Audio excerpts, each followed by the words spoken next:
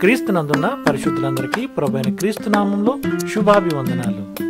దేవుని ప్రేమ ఆధ్యాత్మిక కార్యక్రమానికి స్వాగతం. ఆయన కోపము నిమిషమాత్రముండను, ఆయన దయ ఆయుష్కాలమంతయు నిలుచును. సాయంకాలమున ఏడుపు వచ్చి రాత్రియుండినను ఉదయమున సంతోషము కలుగును. 30వ కీర్తన 5వ వచనం. ఒక్క క్షణమైనా సరే మన పరలోకపు తండ్రి కోపానికి గురికావటం అనేది చాలా బాధాకరమైనది. మనం ఆయన ఆత్మను దుఃఖపరిస్తే ఆయన ముఖంలో ప్రసన్నతను చూడలేం. అయితే ఆయన క్షమించుటకు సిద్ధంగా ఉన్న దేవుడు.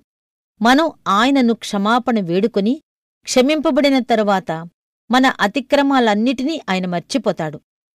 ఆయన కోపానికి గురై మనం సొమ్మసిల్లిపోయి ఇక చనిపోతామేమో అనుకున్నప్పుడు ఆయన దయ మనలో నూతన జీవాన్ని నింపుతుంది. మన ధ్యానవాక్యంలో ఒక సూక్ష్మ విషయం ఉంది. సాయంకాలమున ఏడ్పు వచ్చి రాత్రియుండినను ఉదయమున సంతోషము కలుగును. మన కాళరాత్రి కాస్త ఆనంద శుభోదయంగా మారిపోతుంది. విశ్వాసులు శిక్షాదండనం పొందినప్పుడు అది చాలా సూక్ష్మంగా ఉండేలా దేవుడు చూస్తాడు. ప్రభువు తాను ప్రత్యేకించుకున్న వారిమీద అదే పనిగా బెత్తాన్ని వాడటానికి ఇష్టపడడు. ఏదో 1-2 దెబ్బలు వేస్తాడంతే. కోపం, ఏడుపు అనే వాటి వెంబడే జీవం, ఆనందం అనేవి పరిగెత్తుకుని వస్తాయి. అవి మన దుఃఖాన్ని ప్రయోజనకరమైన దుఃఖంగా మారుస్తాయి.